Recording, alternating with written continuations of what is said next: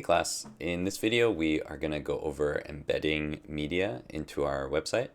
So we're going to go over how to add an image, an audio, and a video into the website.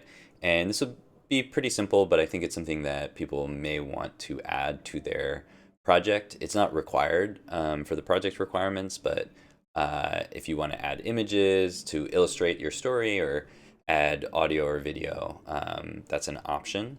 So I'm just going to go over how to do that. I'm going to start just by opening up Sublime Text. So I'll use the spotlight to open up Sublime Text. And usually, as we saw last time, it's going to open up to where we left off. If you don't see your code when you open this up, or your website, you can go to Sublime Text in the menu bar and go to File and Open. And remember, on Mac, you're just going to use regular Open. On Windows, you would use Open Folder. And what we want to do is make sure to open the entire folder, not just one of the files. So that way we make sure we're editing everything together. So I'm going to click on Web and click Open here. And so we see our whole project here. I'm going to go to index.html. And for this demo, just as an example, I'm just going to be using the media that I've already created in the class. So we've already created images, we created an animated GIF, and we created a video file for the animation, and we also created our audio file. So I'm going to demonstrate embedding each one of those things onto a HTML page. And of course, you can embed multiple images, multiple videos. You can do a lot of different things with this. So I'm just going to give a couple examples, and again, this isn't required, but it's something that I think a lot of you guys will want to do. So I want to cover it here. So I'm just going to use each one of my HTML pages to kind of demonstrate a different component. So we'll start with index.html, and let's take a look. I'm going to go back over to the Finder and just take a look at some of the media that we've created this semester. So if I go to MMP 100, you can see that we created some images, in the first unit. We created audio in the second unit, so I have all these files still here. And then we did animation in our last unit. So I'll do examples of each one of those. Starting with image, I'm going to use the images that I created in our Photoshop project, but I'll also use the animated GIF that I created because we can show examples of both of those existing on the web or being embedded on the web. So we're just going to make copies of these. So you might try to link back, since they're in the same place, you could try to link to these, but I want to make sure that everything that I have on my website is its own copy. So that way I'm not relying on these other projects existing. So I'm going to start with the images, and I'm just going to make copies of the images and put them in my web folder. And in my web folder, I'm going to create a media folder to organize all my media. So starting with image, let's see. Here's the abstract composition that I made. I'm going to copy, so I'm just going to hit Command C. You can also right click and copy. And then I'm going to go to Web, and I'm going to make a new folder here. So on Mac, I'm going to hit Command Shift N. Windows, you can do Control Shift N. And I'm just going to call this Media. And I created, the last time I did everything using Sublime, but of course, if we do stuff in the Finder, if we go back over to Sublime, you'll see that media folder is there. So these mirror each other. They're referring to the same place on the computer. So in my media folder, I'm going to hit Command V to paste this JPEG. And of course, however you copy and paste, if you do it with the mouse, that's fine also. So let's see, I also created a composite image. Is this the final one? I think I did another composite final. Here we go. So I'm going to copy my composite final, go to Web, go to Media, and paste that in there. And then I'm going to go to my animation folder. So I'm just going to grab all the media to get started. So in my animation folder, I have this animated GIF. I'm going to copy that and paste it here. And then I have my MP4 file. So I'm going to copy that and paste it in the media as well. And then finally I have my audio project. So my final mixdown, I think, must be this editing mixdown 3. So I'm going to copy that and I'll go over to web and put this in media. So there's different ways to organize your files when you're making a website, and there's no like strict rules around this, but I like to kind of organize by type. So my story has all my HTML files, my media has all the different types of media that I have: images, audio, and video. And if you have lots and lots of files, you might start to organize them even more. But for our website, which is pretty simple, I think this is good. And the trick is we just have to know how to reference everything. So I'm going to start by adding images into my index.html page. I'm going to go ahead and open up the index.html so we can remember kind of where we left off. And we might need to adjust the CSS styles a little bit as well once we add in some media. So this is what we've got so far.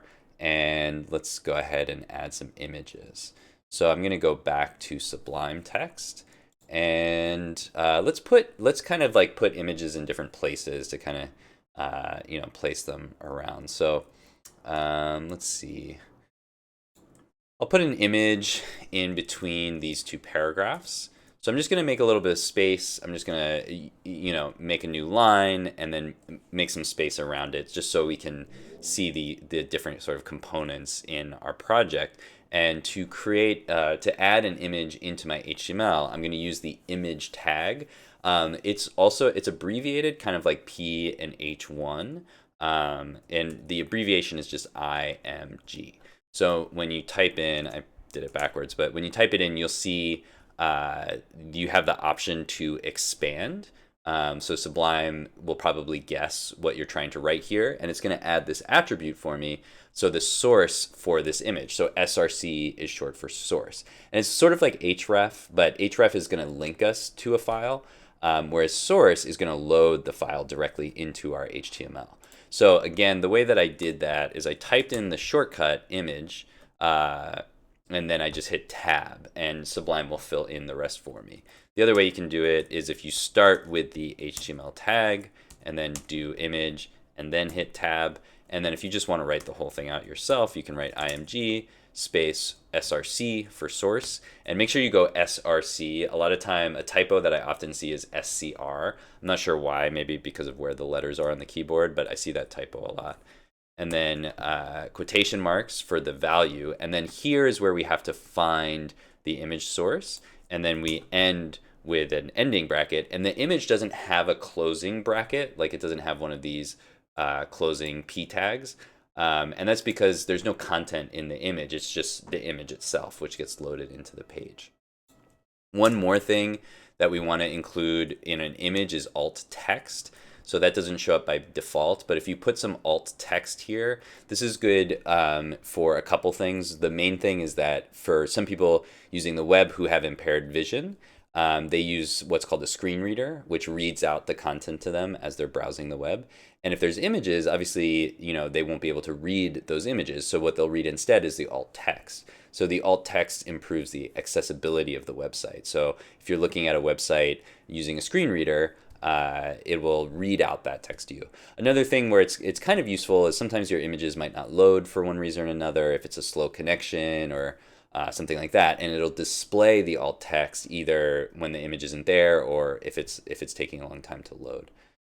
So anyway, we need to put the source for this in here. So just like we constructed our links in our previous lesson, what I'm going to have to do is go into the folder where my media is located and then use the file name to load that image. So I'm going to go into media first and then put a slash to represent folder. And then I'm going to start with my abstract image. So I'm just going to say abstract.jpg. And in my alt text, I'll write an abstract composition. And you could write as much as you want in the alt text, just something that describes the image that we're looking at. Okay, so there we see the image. It's very large, so we can actually use CSS to make the image a little bit smaller to fit our design. And you can also make the image itself smaller, but if you don't want to go back into Photoshop and re-export it, what we can do is add CSS for our image. So let's go back to our website project, and I'll go to style.css. And I'm just going to scroll down a little bit and add a new rule, which is IMG. And so this is going to target all images. So you might not want to target all of your images, in which case you could use IDs to target specific images. But I'm going to get all of the images, and what I'm going to say here is the width is 100%. And what that'll do is it'll just match the width of the image to our container div. So that looks a little bit better. Now the image fits within our text, and it kind of fits within the flow of the website. It's still pretty big, so you could make it smaller if you wanted to. I'll open the inspector and I'll show a couple different ways that we could do that. So another thing actually I don't think I mentioned previously is if you want to look at a specific element, you can right click on the element and click inspect, and it'll take you right there in the Chrome inspector. So I'm going to hide myself for a moment. So you see I have the width 100 right there, but I could also set the width in pixels. So I could say 20 pixels and it's going to be really small. And then I could move up from there. So I'm just hitting the up key and it's kind of making the image larger. So you could make the image kind of fit the design that you want. And so, you know, maybe this is a kind of just like a little icon. Maybe it's your social media icon or something like that. So let's say I wanted this to only be, let's say 200 pixels. What I would do, let's say I wanted this image to be 200 pixels, but I don't want all of my images to be 200 pixels. One way that I can do that is actually in the HTML. I can just go straight into the image and add another attribute. I can say width equals 200, and that will set the width of the image to 200 pixels. Or I actually have to say pixels. Or no, okay. Never mind. Okay, that's interesting. So actually I was right about the 200. You can just say 200, but the width for the image is actually overriding. The CSS is overriding overriding that 200 in this case. So we'll have to go the other ways. What we'll have to do is give this image an ID. So instead of that, let's say I want to specifically just change the size of this image. I can give this an ID. So let's call this abstract dash image. And usually when we're writing in CSS, if we have IDs or other things that are more than one word, we usually typically put a dash in between. This changes for different languages, but this is typical for HTML and CSS. So now I have my regular image class, but I'll make a new image here, or my image tag, and I'll say abstract dash image, and you can see Sublime helps me out with that, and I'll change this width to 200 pixels. So because this one comes after this one is going to overwrite this rule. Okay, so now we see that is working. We see the abstract image now is 200 pixels. And so now we can add another image under this. So let's go back to my HTML. I'm going to add another image here after choose which role you would like to have. So I'll add an image. I'm just going to type in IMG and then hit tab. But you can also start with a bracket and type IMG and then accept the Sublime suggestion. So the next one I'm going to put in here is my media/composite underscore final.jpg. And you have to match everything here. Like, you know, you have to have the right, like, capital letters versus lowercase letters. If you have an underscore, you need an underscore. If you have a space, you need a space. So it's very finicky, and you also might run into issues where it might look different on your computer than when you upload it to GitHub. So make sure to double check on GitHub once you publish it that your images work, because if you have a typo, sometimes your computer will be able to figure it out, your local version of the website, but a lot of times the server version won't be able to do the same thing. Anyway, let's add some alt text here. So this is a composite image of a, what is this image of again? Oh yeah, my pigeon and lizard image. Pigeon and lizard hanging out in New York City. And let's go back to the website and refresh. And so now this one, since it doesn't have an ID, is just going to take that 100% rule that I wrote here. So now my website is getting a little bit more complex, but that's okay. We can scroll down here. And then let's put our animated GIF below our links down here. So I'm going to make another line down here. I'm gonna add another image tag. And for this one, I'm gonna say media slash, what do I have? This one is just animated underscore gif dot gif. And for the alt text, I'll say a simple animation of a box. Or is there 2 boxes in the animated GIF? I forget. I guess there's 1 box, although it's not animating. So we'll take a look and maybe adjust that. So I'm going to save that. Go back here.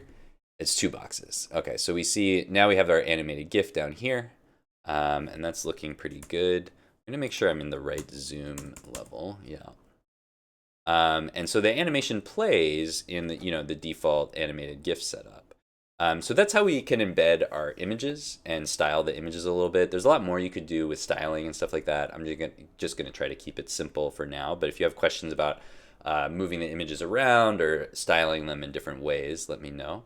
And images have all the same rules that CSS has. So if you want to add a border to an image or padding, you can do that as well.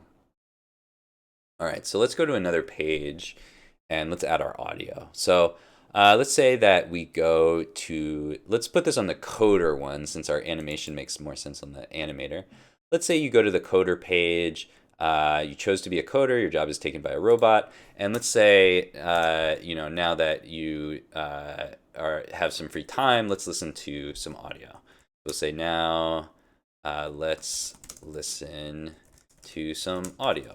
This is just an example, since I'm just using this as a default, I'm just gonna introduce this. And so for an audio tag, this is very similar to image, but it's kind of confusing because audio is not abbreviated. It's just the word audio. So for our audio tag, you can start a new tag and write audio, and then you can select the Sublime suggestion, which actually gives you 2 audio tags. And there's no content in the audio, but I'll explain why in a moment. Inside the audio, the thing that you can put inside the audio tag is just a note in case the browser doesn't support audio. This isn't very common, but it's common enough that you could say like your browser doesn't support audio. We won't see this because our browser does support audio, but it's there just in case. The audio, just like our image, has a source. So for our source, we're gonna put media slash editing mixdown 3.mp3. And one thing that we need to do with our audio that's a little bit different than our image is we need to give the controls attribute. So the controls attribute just tells this HTML tag to show user controls. This isn't on by default because sometimes you can have audio that plays based on other interactions. But for us, we're just displaying an audio source, so we need to add those controls in there for the user to be able to see it. There's one other issue with this, maybe you already noticed it, is that we're in the story folder. And so we can't go straight from story to media because we're in the story folder, so we don't see the media folder. So we have to go back out to the main folder and then into the media folder. So just like we did for our style sheet and for our link down here, we need to use the ... to go back and then slash to go to the root folder. So let's see if that works. Let's scroll down and let's go to, whoops, we should go to coder. And so now we have the audio embedded here. If I play this, I don't think you'll hear it. Yeah, I'm not recording the desktop audio, so you won't hear this, but you can see it's updating and it's working. And these are kind of the default audio controls. You could create your own controls. That's a little more complicated, but this is good enough for now. And it has some options. You can change the playback speed here, but overall it's very simple. You can change the volume here, and then you can use this to kind of seek different parts of the audio. So it's pretty straightforward, basic audio controls. So that's it. You can add obviously as many audios as you want. You can put them in different places on different pages, but that's basically how that works. And so we have one more page left, our animator page. Let's add our animation here. And this actually kind of is good because we're going to win an Academy Award, and we can show our happiness animation that shows that we're happy. So last bit, let's go to animator.html, and I'm going to make a new space here and just move up with the keyboard up here. And for video, it's almost exactly the same as audio. So if I accept this, it's going to have two video tags. Again, we can say your browser doesn't support video. This isn't going to be the case for probably anybody, but it is a backup that we can do. And then we're going to do source. And for our video source, we're going to go back to the main folder. We're going to go into the media folder. And then we're going to get happiness draft.mp4. And again, for our video, we need controls. So with our video, it does have like a visual component. So if I don't put the controls there, we are going to see the video, but we won't be able to play it. And it kind of just looks like a big black box. So let's add in the controls. And now we see the controls. One thing that you'll notice is our video is actually much bigger than our browser window. So we can do the same thing with our video. We could say width equals 100%, and that should fix that. And I wrote that directly into the video tag because we only have one video. You could make a CSS rule for that as well. You could go over to style.css and you could say video width is 100%, and that'll fix that. And so now we can play our video. It has a little white line on the side, which I never noticed before, so I should fix that. It's much more obvious now that I have this black background, but I think in most other contexts where I'm looking at it, the background is just white, so I didn't even notice that. So I would definitely want to go back and fix that. But there we go. That's how you embed media on your website. So again, this isn't required, but I think a lot of you guys might want to include images in particular or other media. And of course, if you do add images and you add images from the web, make sure to follow the same citation guidelines that we followed with our image project. So you should use images that are available for creative use through Creative Commons or public domain. And you should cite images. You can do it like beneath the image or at the bottom of the web page. You can give some citation for where the image comes from. So yeah, that's it for this video. In the next video, I'm going to go over just updating your project and submitting it on Brightspace. So I'll see you guys in the next video.